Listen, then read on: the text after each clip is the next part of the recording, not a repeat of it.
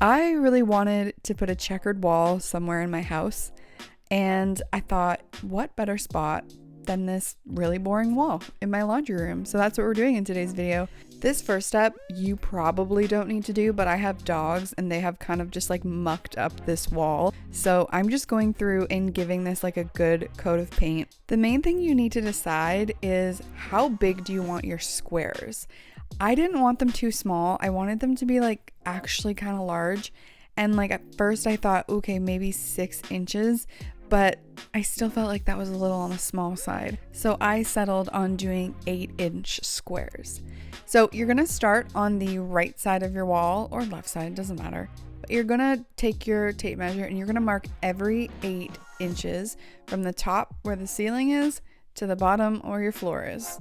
When you're done, repeat this in the middle of the wall and then also on the left side of the wall. Then you're going to want to take something like with a straight edge. I'm just using this level, and you're going to want to connect all those little dots you did. So obviously my straight edge is not the entire length of the wall, so I'm starting on the right side, connecting those 2 dots, and then I'm going to move to the left side and connect those. So you basically should have a ton of lines going horizontally across your wall. The next step is you're going to want to repeat what you just did, except going the opposite way. So I marked every 8 inches and then I drew lines. And this is like so tedious. It is. But to be honest, this whole project is very tedious. Okay, hello, day 2. I started so that I could figure out how to explain it to you. So let me do that. So we have Michael over here on tape cutting duty. He's cutting pieces of tape that are exactly 8 inches so that we can put these into the squares, because that's what you're gonna need to do. These are the white squares, and then I'll show you how we get it done after. But yeah, it's taken a long time, if I'm honest. It's much longer than I wanted it to. What would I rather do than this? Most things. Like what? Like nearly anything.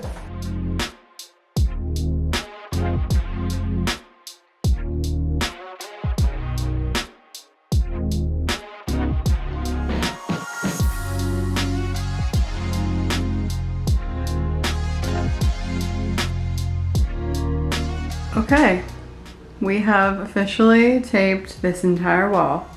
Took forever.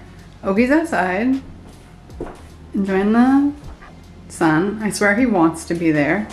Michael's out there on the porch with him. These taped squares with the green around it, that is a white square. I decided that because this is where the light switch is, which is a white cover, and I just thought, make that white, you know what I'm saying?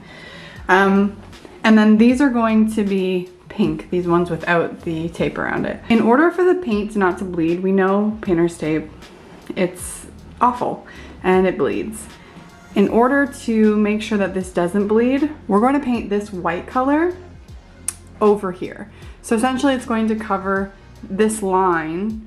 Anywhere that would bleed, we're basically going to paint that white. So everywhere on this wall, whole wall, I'm going to paint white, except for right here, because we don't really need to do that. So I'm just gonna take the roller in each of these squares, and that's going to help us have no bleed.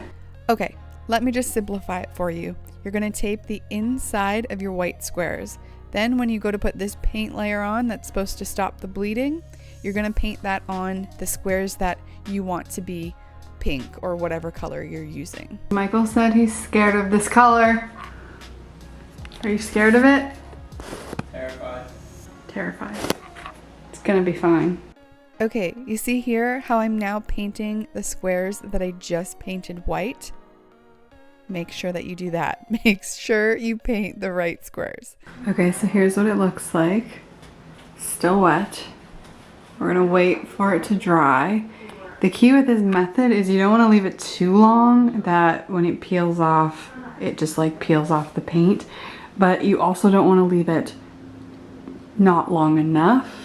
I don't really know what the timeline is, but like, see, obviously that's too wet, but this one's looking good. I can still see it's like kind of tacky, so I'd say it's not ready yet. But once kind of like all that sheen has gone down, and you'll be able to feel.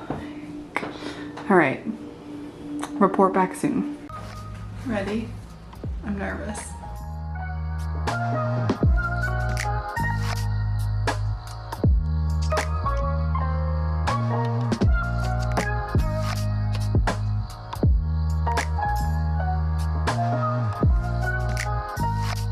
Are you guys ready to see what it looked like?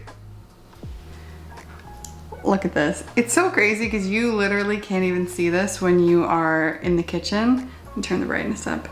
But it's such a pop of color in the laundry room. Definitely, if I can offer any advice, it would be when you do that coat of white paint, it would be to make sure that you're doing it quite thick, because there are like some spots that bled through a little bit. So make sure that that first coat of that wall color is quite thick. But otherwise, she's cute. We love her. Thank you for coming along with me on my cute little DIY checkered wall. Hope you enjoyed it. Hope maybe it inspired you to take maybe like a small random place that you don't know what to do with and jazz it up a little bit. I will see you guys in the next one.